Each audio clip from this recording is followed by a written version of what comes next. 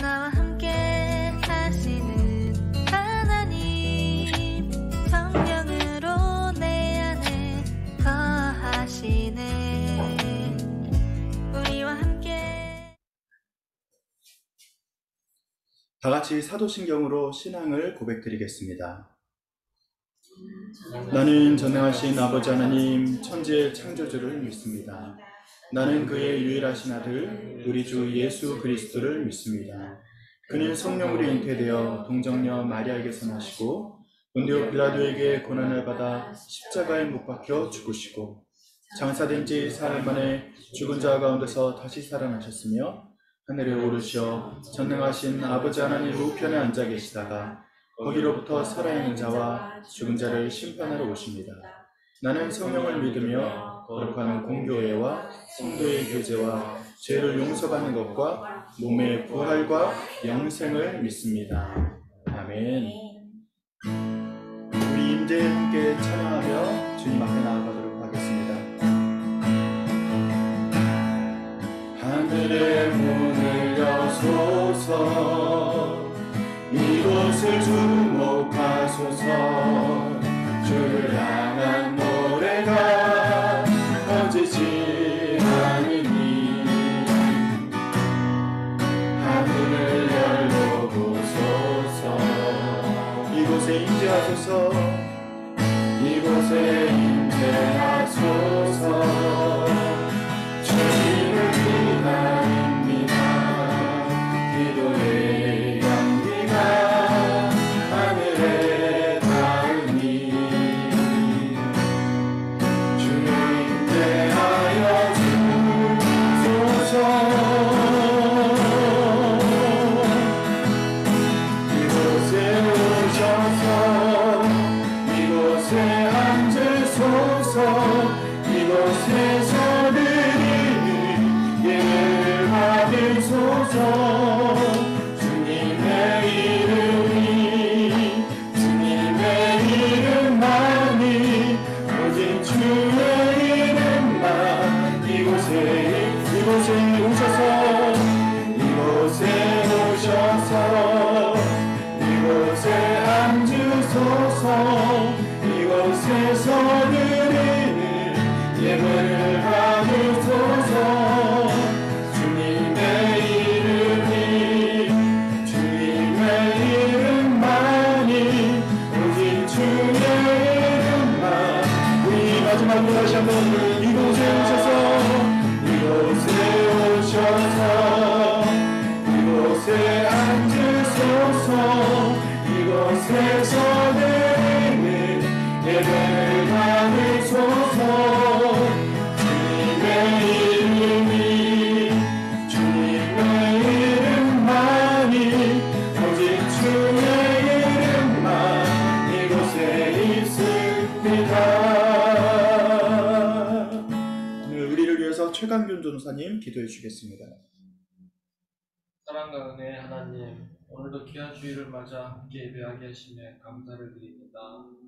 또한 수련회를 통해 하나님이 지으신 세계를 느낄 수 있게 하심에 더욱 감사와 영광을 드립니다. 하나님 아버지, 간절히 바라옵기는 이제 언제 어디서든지 마음 놓고 찬양하고 구제하며 주님이 허락하신 예배가 평안한 가운데 드려지게 하옵소서. 또한 교우 가운데 건강 문제로 수술을 하시고 회복하고 계신 최순주 권사님과 박영순 권사님, 그리고 신하나 아기가 건강하게 하여 주시옵소서.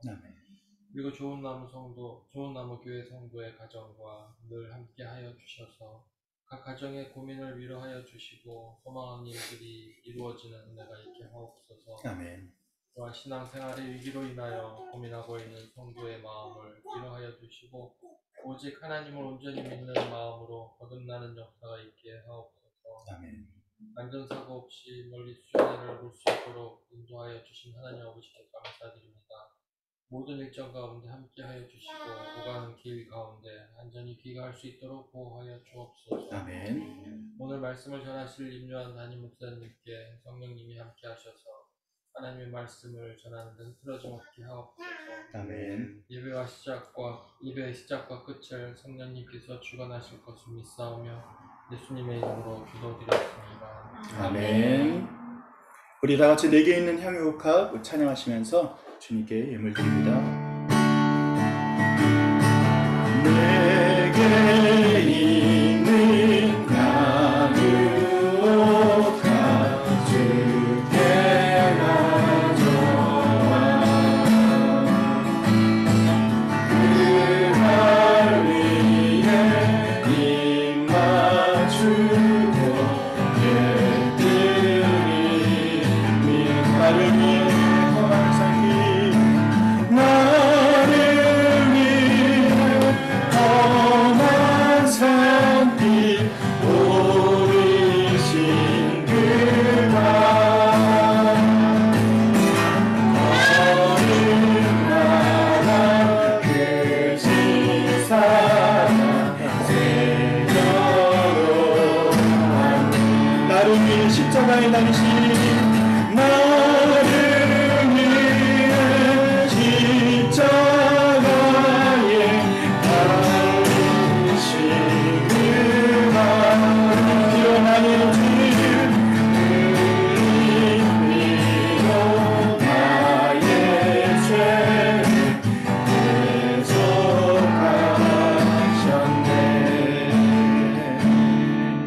아멘. 하나님, 우리에게 주신 모든 것이 하나님의 것입니다. 이 고백을 잃지 않는, 그리고 잊지 않는 그런 우리 모두가 될 수 있도록 인도하실 줄 믿습니다. 우리의 드린 예물 받아주시고 하나님의 뜻 안에서 쓰임받게 하시고 하나님의 뜻만, 그리고 하나님의 마음만 이 땅에 펼쳐지게 하여 주셔서 감사드리며 예수님의 이름으로 기도드립니다. 아멘. 옆에 있는 분들이랑 한번 인사할까요? 사랑하고 축복합니다. 축복합니다. 네, 저희가 지금 수련회장에 지금 오신 분들 함께 예배드리고 있고요. 그러다 보니까 굉장히 제 앞에 바로 계셔가지고 좋습니다.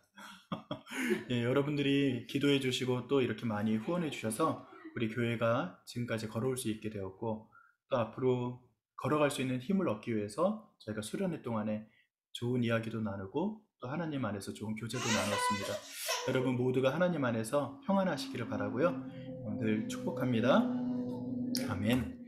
오늘 우리에게 주신 하나님의 말씀 보도록 하겠습니다.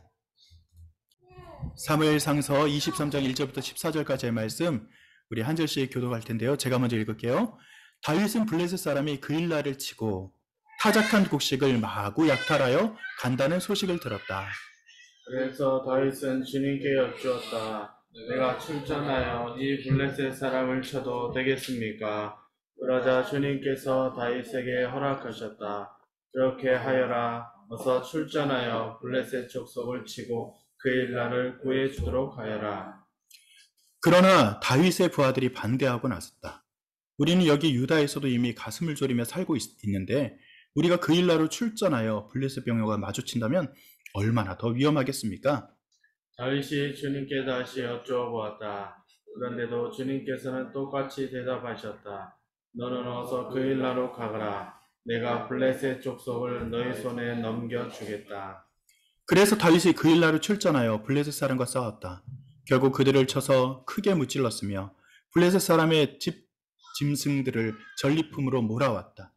다윗은 이렇게 그일라 주민을 구원해 주었다. 아히멜렉의 아들 아비아달은 그일라에 있는 다윗에게로 도망할 때에 에봇을 가지고 왔었다. 한편 다윗이 그일라에 들어왔다는 소식이 사울에게 전해지니 사울이 외쳤다. 이제는 하나님이 그 자를 나의 손에 넘겨주셨다. 성문과 빗장에 있는 성읍으로 들어갔으니 도관에 든 쥐다. 그래서 사울은 군대를 소집하여 그일라로 내려가서 다윗과 그의 부하들을 포위하게 하였다. 다윗은 사울이 자기를 해치려고 음모를 꾸미고 있다는 사실을 알고서 제사장 아비아달에게 에봇을 가져오게 하였다. 다윗이 하나님께 아뢰었다. 주 이스라엘의 하나님, 사울이 나를 잡으려고 그일라로 와서 이 성읍을 멸망시키기로 결심하였다는 소식을 이 종이 확실하게 들었습니다. 그일라 주민이 나를 사울의 손에 넘겨주겠습니까? 이 종이 들은 소문 그대로 사울이 내려오겠습니까? 주 이스라엘의 하나님, 이 종에게 대답하여 주십시오. 주님께서 대답하셨다. 그가 내려올 것이다.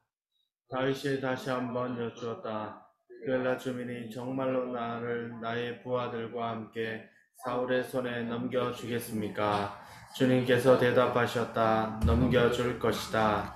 그래서 다윗은 600명쯤 되는 부하를 거느리고 그일라에서 벗어나 떠돌아다녔다. 다윗이 그일라에서 빠져나갔다는 소식이 사울에게 알려지니 사울은 출동하려다가 그만두었다. 그리하여 다윗은 광야의 산성을 찾아다니며 숨어서 살았다. 그는 바로 십광야의 산간 지역에서 살았다. 그동안 사울은 날마다 다윗을 찾았지만 하나님이 다윗을 사울의 손에 넘겨주지 않으셨다. 아멘. 아멘. 오늘은 각자의 최선이라는 말씀 제목으로 우리가 말씀을 보도록 하겠습니다.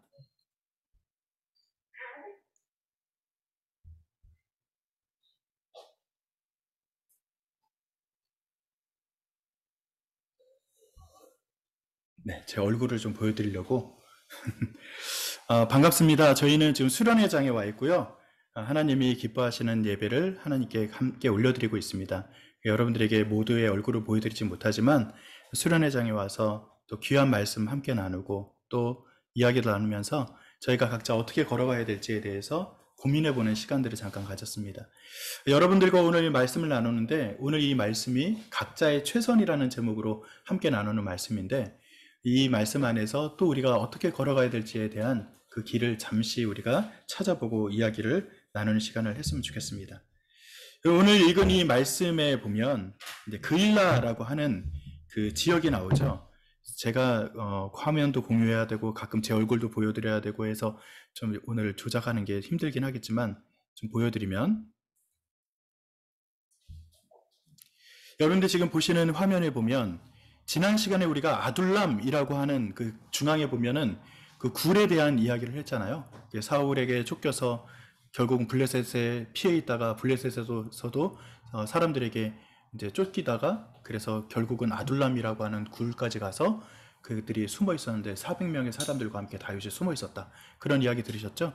이제 그러다가 근처에 이제 헤레스풀까지 이제 피하게 되고요.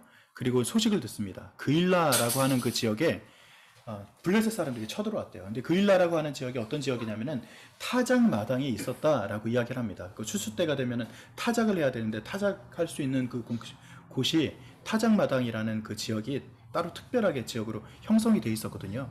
근데 이 타작 마당의 특징은 타작하는 곳이기도 하지만 타작하면 어디다가 둬야 되죠? 그 곡식들을 창고에다 둬야 되죠.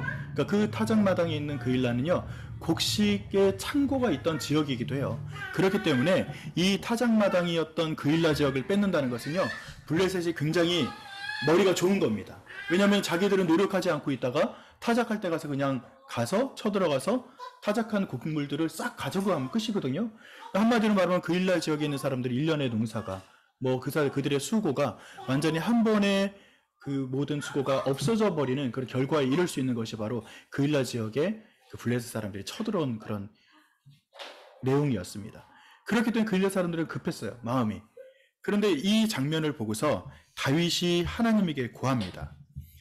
다윗에게 그일라 사람들이 말합니다. 다윗에게 뭐라고 말하냐면 블레셋 사람들이 그일라를 쳐서 타작마당을 탈취합니다 라고 말합니다. 그때 이제 다윗은요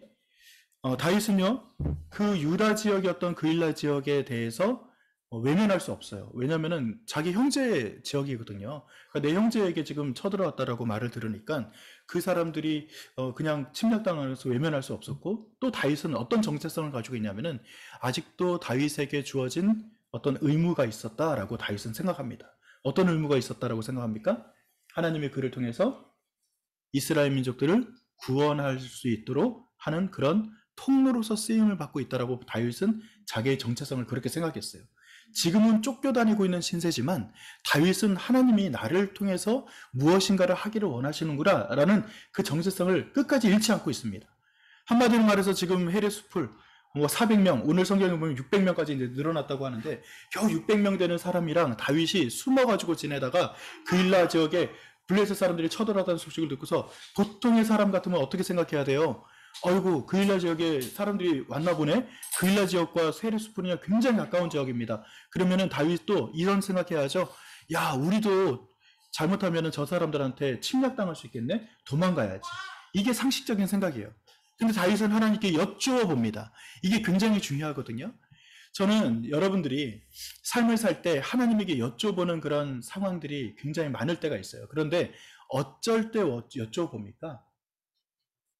어려울 때. 역시 전도사님들은 정답이 금방 나오네요.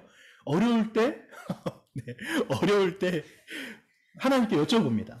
그러니까 저는 다윗이 이 광야와 같은 삶으로 내던져졌을 때 하나님에게 질문하는 빈도가 더 늘어났고 그리고 더 진지했다라고 생각하고 있어요. 왜냐하면 오늘 성경의 1절부터 14절까지 보면은 다윗이 여쭙지 않는 순간이 아무데도 없어요. 모든 순간에 다 하나님께 여쭈어 봅니다. 뭐라고 여쭤봅니까? 내가 그일라 그 지역에 하나님 제가 가서 그들을 구원해야 됩니까? 라고 물어봅니다.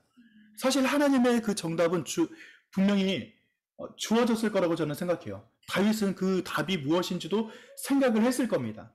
다윗이 그렇게 여쭤봤을 때 다윗에게 하나님이 뭐라고 말씀하십니까? 그래? 너가 가서 그들을 구원해라 라고 말합니다. 이건 자기들이 지금 서 있는 형편, 상황과 전혀 상관없죠. 하나님의 그 말씀은요, 너가 지금 어떤 상황에 있는지, 어떤 형편에 있는지 그건 상관없어. 너는 뭐냐 하면은 하나님의 그 마음은 그들을 구원하고자 하는 마음이 있었기 때문이죠. 그리고 하나님의 마음은 그들을 사랑하는 마음이 있었기 때문에 다윗의 형편과 그 600명의 사람의 형편과는 상관없이 해야 될 의무와 그리고 어떤 일에 집중해야 될 것인지에 대해서 하나님은 분명하게 말씀하고 계시다는 것입니다. 우리가 하나님께 여쭤볼 때 우리가 원하는 답들이 있어요. 하나님, 제가 이 일을 해야 되는데 이 일을 해야 됩니까? 말아야 됩니까? 그러니 우리가 원하는 답은요, 때로는 피하고 싶어서 질문할 때도 있고 하기 싫어서 질문할 때도 있고 어떤 경우는 욕심이 생겨서 꼭 하고 싶어서 질문하는 경우도 있겠죠. 그러나 우리의 질문의 의도와는 상관없이 하나님이 대답할 때가 있습니다. 그 대답에 대한 대답에 대해서 하나님이 말씀하실 때는요, 하나님의 마음, 하나님의 의도, 하나님께서 가장 중요하게 여기시는 것이 무엇이냐에 대해서 하나님은 염두하고 대답한다는 것입니다. 그렇기 때문에 다윗은요, 하나님께서 그들을 구원하라 라고 하는 것에 대해서 아마 알고 있었음에도 불구하고 그 일에 대해서 집중하면서 나아가실 것입니다. 여러분, 그 사람들이 하나님의 말씀을 듣고 다윗은 묻지 않고 살 수 없는 존재가 되어서 하나님께 물어보고 살아갑니다. 하나님의 말씀은 다윗에게 주어지게 됩니다. 잠시만요. 또 화면을 봐야 돼서 다시 제 얼굴을 좀 보면서 이야기를 할게요. 즉 하나님께서 일어나서 그일라로 내려가라. 내가 블레셋 사람을 내 손에 붙여줄 것이다 라고 말씀하시면서 그 명령하신 것이 하나님의 의도대로 다윗이 움직이기를 원해서 그렇게 하나님이 말씀하신 것입니다. 다윗은 이 말씀을 따라서 움직여갑니다. 사실은 불가능한 상황인 것처럼 보이는 그 상황임에도 불구하고 다윗은 그일라로 가서 그리고 두려움 없이 그리고 싸워서 결국은 하나님께서 보여주시고자 하는 기적이 나타나서 그 싸움에서 승리하게 됩니다. 그런데 오늘 말씀에서 다윗과 굉장히 대조적인 사람이 나오죠. 그 대조적인 사람은 누구입니까? 바로 사울입니다.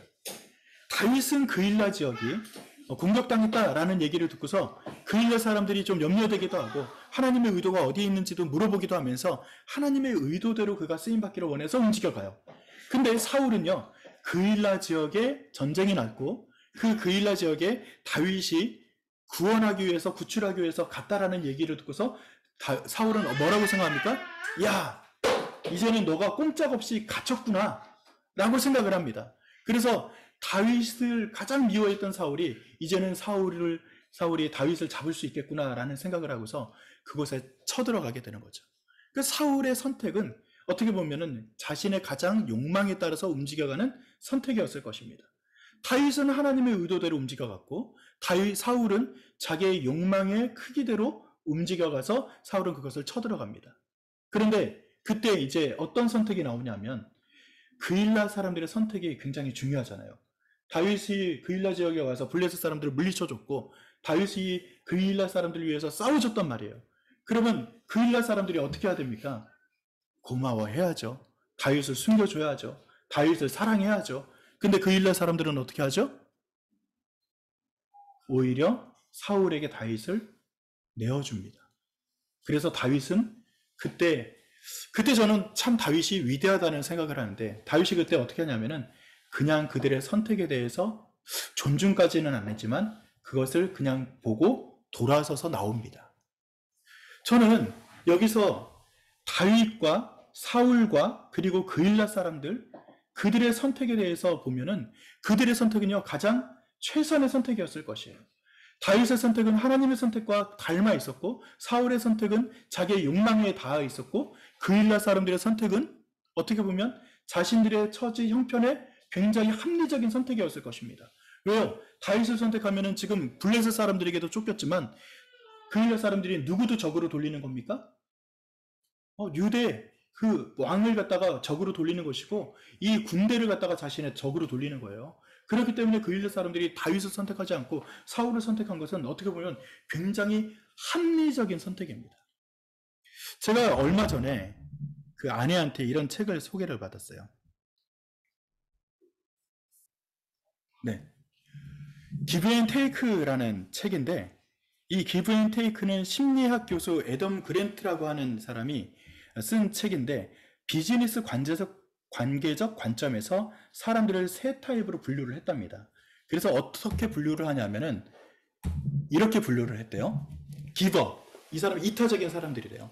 그 매처는 이해타산적인 사람이고요. 테이커는 이기적인 사람입니다.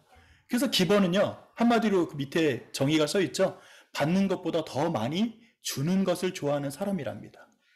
그리고 반대 지점에 있는 테이커는 뭡니까? 이기적인 사람인데요, 준 것보다 더 많이 받는 것을 원하는 사람이래요. 그리고 매처는요, 뭐 받는 만큼 되돌려주는 사람. 즉, 뭐 어떻게 보면은 너 이만큼 줬으면 나도 이만큼 줄 거야. 굉장히 합리적인 사람이죠. 그래서 오늘 선택에 대해서 최선의 선택을 했던 사람들 세 부류를 갖다가 저기에 비유를 하자면, 다윗은 어떤 부류의 사람입니까? 기버의 사람이에요. 그죠? 그러면 사울은 어떤 사람이죠? 테이커예요. 한없이 뭔가 받고자 하는 사람이겠죠. 그러면 그일라 사람들은 어떤 사람입니까? 매처입니다. 합리적인 선택을 했던 사람이니까. 근데 이 사람이 이제 애덤 그랜트라고 하는 사람이 그 성공에 대한 것으로 이 사람들을 분석을 했답니다. 분석을 했더니 어떤 사람이 많이 성공을 했을까? 어떤 사람이 많이 실패를 했을까? 그렇게 한번 성공의 사다리를 갖다가 그림을 그렸대요. 기버가 성공했을 것 같아요? 아니면 테이커? 아니면 매처? 어느 부류의 사람들이 많이 성공했을까요? 우선 제일 성공하지 않은 사람부터 제가 말씀드릴게요. 성공 제일 못했던 사람이 어떤 사람, 유형의 사람일까요? 매처. 한이 매처. 죄송합니다. 기버. 그렇죠. 기버예요. 여러분들이 뭐 기버는 주는 사람, 좋은 착한 사람이니까 기버가 뭐 잘 됐으면 좋겠다 이렇게 생각하셨을지 모르지만 제일 망한 사람이 기버랍니다.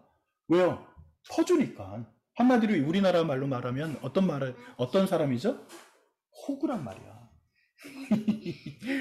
하은이도 호구가 뭔지 알아? 잘 몰라? 알았어. 몰라도 돼. 한마디로 기버가 제일 실패한 사람이래요. 그런데 반전이 여기서 나타납니다.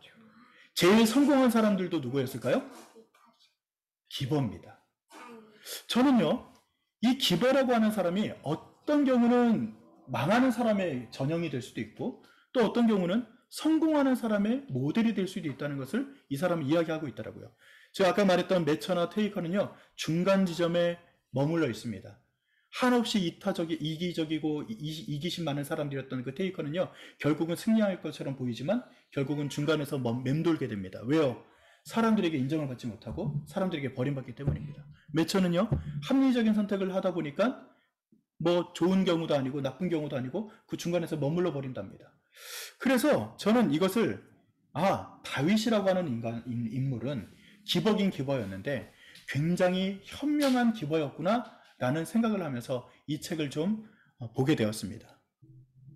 이렇게 성경에서 나오는 사람들의 그 행동의 동기도 보면, 오늘 성경의 동기에서 아까 말씀드렸던 다윗은 기버의 유형에 가깝고, 그리고 사울은 테이커의 유형에 가깝고, 그리고 그일라 사람들은 매처의 유형에 가까운 사람이라고 말씀을 드렸어요. 그런데 이 사람들이 움직여가는 동기들에 대해서 성경적으로 좀 말씀을 드리면, 다윗의 이타심은 어디에서 나옵니까? 다윗의 이 타심은 아까 저기서는 기버라는 유형, 저 책에서 나오는 것은 성공이라는 것에 대한 관점을 두고서 이야기한 것이지만 성경적인 관점에서 다윗의 이 타심은 어디서 나오냐면은 하나님에게 여쭤보고 하나님에게 의지해서 하나님의 마음이 무엇인지를 여쭤보면서 하는 하나님의 말씀에 따르는 선택이었습니다. 맞겠죠? 사울의 이기심은 어떤 선택입니까? 자신의 욕망에 따른 선택입니다. 그일라의 선택은 무엇입니까? 합리적인 결과에 따른 선택입니다. 근데 그 이면 가운데 쑥 들어가면은 그 이면은 어떤 마음이 있냐면은 다윗의 선택은 하나님의 말씀, 하나님의 마음이었다 그랬어요. 그것을 다른 단어로 치환하면 어떤 단어가 될까요? 다윗은요, 하나님의 마음을 닮았는데 하나님의 마음은 곧 어디에 있죠? 사랑하는 마음입니다. 즉 다윗의 선택의 기준은요, 사랑의 선택이에요. 그러면 사울의 이기적인 선택은 왜 이기적인 선택을 했을까? 자신의 욕망에 대해서 굉장히 맞닿아 있던 사람이라 그랬잖아요.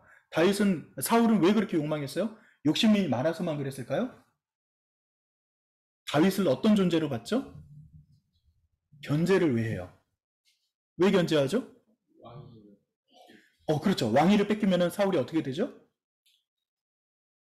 죽죠. 뒷방 늙은이 정도가 아니라 그 당시에는 죽어요. 한마디로 말하면 사울의 이기적인 선택은요, 불신에 있습니다. 두려움에 있어요. 그러니까 사울의 그 이면 가운데는 실제로는 이기적으로 움직여가지만 그의 마음 가운데는 한없는 두려움에 휩싸여 있는 겁니다. 다윗은요, 사실 그 형편을 보면은 두려움에 빠질 수밖에 없는 상황이잖아요. 20년간 쫓기고 다니고, 그리고 지금 400명, 600명밖에 안 되는 사람이랑 전쟁도 해야 되고, 이런 상황에서 다윗이야말로 두려움이라는 감정에 휩쓸려 있어야 되는 사람인데 실제로는 사울이 오히려 두려움에 휩싸여 있는 사람이었다라고 이야기하고 있는 것이죠. 저는 여기서 여러분들에게 어떤 선택을 하실 것인지, 어떤 최선의 것을 따라갈 것인지에 대해서 한번 여쭤보고 싶습니다. 우리는 이 현재적인 상황에서 그일라와 같이 어떻게 이렇게 보면은 합리적인 선택을 하고 살아가는 사람일 수 있어요. 그런데 때로는 불신과 그 두려움 때문에 사울처럼 잘못된 이기적인 마음을 가지고 선택하는 사람이 될 수도 있을 것입니다. 그런데 성경은 끊임없이 요구하는 것이 있어요. 왜요? 우리가 하나님의 마음을 닮아야 되기 때문이죠. 하나님에게 여쭤보면 그 정답은 늘 정해져 있는 정답이기 때문이죠.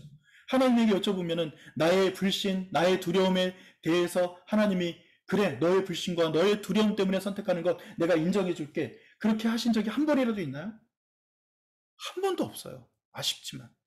그냥 하나님은요, 우리의 불신과 우리의 두려움에 대해서는요, 이렇게 말씀하시죠. 염려하지 마라. 두려워하지 마라. 하나님께서는 그것을 굉장히 우리에게 두려움과 불신에 대해서 멀어져라. 그렇게 말씀하셔요. 그리고 어디에 가까우라고 말씀하십니까? 하나님의 마음에 가까우라고 말씀하십니다.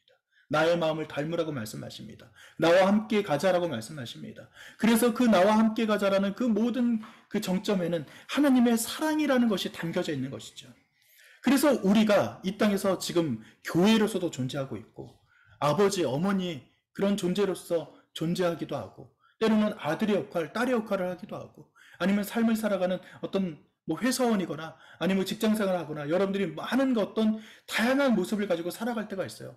근데 그 두려움이나 불신에 대해서 우리가 휩싸여 있으면 그 선택을 할 때마다 우리는 아까 말했던 테이커처럼 한없이 이기적인 선택을 할 수밖에 없습니다. 또 그렇게 해야만 합니다. 근데 하나님의 요청은 어디 있습니까? 우리에게 늘 사랑의 선택을 하라고 요청하시는 것이죠. 사랑하는 성도 여러분, 여러분들은 하나님의 선택에 조금 더 가까운 사람이 되기를 간절히 축원드립니다. 그래서 우리가 원하는 그 욕심과 이기적인 마음으로 선택하는 것이 아니라 하나님의 마음에 맞닿아 있어서 선택을 함으로 말미암아 오늘 성경에서 말하는 다윗의 그 모습처럼 때로는 실망할 수밖에 없는 선택일지 모르지만 그러나 하나님의 선택에 가까운 선택을 함으로 말미암아 하나님의 의도대로 움직여가는 귀한 은혜가 있기를 간절히 축원드립니다. 말씀을 맺을 텐데요. 다윗은 어떻게 됐다고요? 오늘 그일라 사람들한테 배신당하고 쫓겨갔다고요. 근데 나중에 어떻게 됐을까요? 왕이 되었어요. 저는요, 그 왕이 되는 과정 가운데 아까 봤던 그 기버, 성공한 기버의 그 어떤 원리가 들어있다고 저는 생각합니다. 소문이 어떻게 났을까요? 저 다윗이라는 사람은 순수하게 움직여가는 사람이라고 소문났을 겁니다. 그리고 다윗은 사랑의 마음이 있는 사람이라고 소문이 났을 겁니다. 다윗은요, 그 민족에게 인정받는 사람이 되었을 것입니다. 그래서 오늘 이 세상의 논리를 봐서도 저 성공하는 기버가 되면 정말 하나님께서도 우리를 통해서 성공의 원리를 그 안에 담아두시고 우리가 그렇게 살아가도록 초청하셨다고 저는 생각합니다. 여러분, 하나님의 의도대로 살아가는 게 결코 손해가 아닙니다. 어떻게 보면 세상적인 관점에서도 스마트한 기버가 성공했다 저렇게 쓰고 있는 그 책에서처럼 우리도 기버가 돼야 되는데, 이 기버는요, 하나님의 마음과 하나님의 의도대로 쓰임받는 기버는요, 정말 성공하는 기버가 될 줄 믿으시기를 간절히 바랍니다. 그래서 여러분들이 하나님의 마음을 좀 더 닮아서 날마다 승리하는 모두가 되시기를 다시 한번 축원드립니다. 그래서 앞으로 좋은 나무 교회가 그런 기버가 되기 위해서 애쓰겠습니다. 정말 우리가 우리의 욕심, 우리의 이기심에 따른 선택이 아니라 하나님의 마음을 닮아서 정말 현명한 기버가 되어서 정말 하나님에게도 인정받고 세상에도 인정받는 그런 교회가 되고 그런 구성원이 될 줄 믿습니다. 우리 그 마음을 가지고 마지막 찬양하고 마칠 텐데요. 우리 아버지 마음이 있는 곳에 이 찬양하고 예배를 마치겠습니다. 아버지 당신의 마음이 있는 곳에 나의 마음이 있기를 원해요. 아버지 당신의 눈물이 보이는 곳에 나의 눈물이 보이길 원해요. 아버지 당신을 바라보는 영혼에게 나의 두 눈이 향하길 원해요. 아버지 당신이 울고 거두는 땅에 나의 두 발이 향하길 원해요. 나의 마음이 아버지의 마음 알아. 내 모든 뜻 아버지의 뜻이 될 수 있기를 나의 온 몸이 아버지의 마음 알아. 내 모든 삶 당신의 삶 되기를. 우리 다시 한번 하나님께 이 시간 기도하며 마칠 때 하나님, 우리가 하나님의 마음을 닮아가기를 원합니다. 주의 귀한 은혜가 우리 가운데 나타나기를 원합니다. 우리가 우리의 이기적인 선택을 따라 살아가는 인생이 아니라 하나님의 마음, 하나님의 사랑의 선택을 닮아있는 그런 기버로서 선택하며 살아가는 자리 되기를 소원합니다. 그렇게 기도하며 나아갑니다. 우리 합심해서 기도합니다. 하나님, 인도하여 주옵소서, 함께하여 주옵소서. 우리가 정말 사울처럼 이기적인 선택을 하며 살아가는 어리석은 자가 되지 않도록 인도하시고, 때로는 우리가 정말 실패나 아버지 하나님, 우리가 정말 성공에 대한 공식을 따라가지 않더라도 하나님, 다른 사람을 사랑하는 선택을 할 수 있는 사랑을 선택할 수 있는 그 모든 사람들이 할 수 있게 하여 주옵소서. 아버지 하나님, 다윗은 하나님의 마음을 닮아 아버지 하나님 이기적인 선택을 하지 않고 정말 아버지 하나님의 마음을 닮아 이타적인 선택을 하며 살아갔습니다. 아버지 하나님, 우리 교회가 우리의 인생이 이타적인 선택을 하며 살아가는 인생이 될 수 있도록 인도하여 주옵소서. 하나님의 귀한 은혜가 나타날 수 있도록 좀 믿습니다. 주의 복을 주옵소서.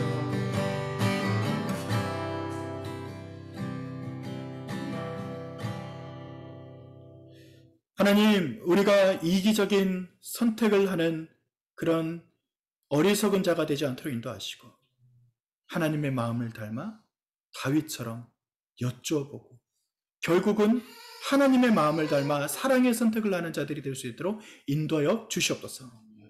결국 다윗은 사울로부터 하나님께서 피하게 하셨다라고 하는 오늘의 말씀이 우리에게도 이루어져서 하나님이 우리를 숨겨주시고 피하게도 하시고 우리를 아버지 하나님의 원하시는 바대로 또 승리하게도 하실 것을 믿으며 우리가 걸어가겠습니다. 우리 모두가 정말 현명한 기버가 될 수 있도록 주여 복을 더하여 주시옵소서. 지금은 우리 주 예수 그리스도의 은혜와 하늘 아버지의 극진하신 사랑하심과 내주 성령님의 도우시고 역사하심이 하나님의 마음을 닮아 선택하기를 원하는 우리 사랑하는 좋은 나무교회 성도님들 머리 위에, 우리 모두의 삶과 가정 위에 하나님께서 영원히 함께 하시기를 간절히 축원드리옵나이다. 아멘.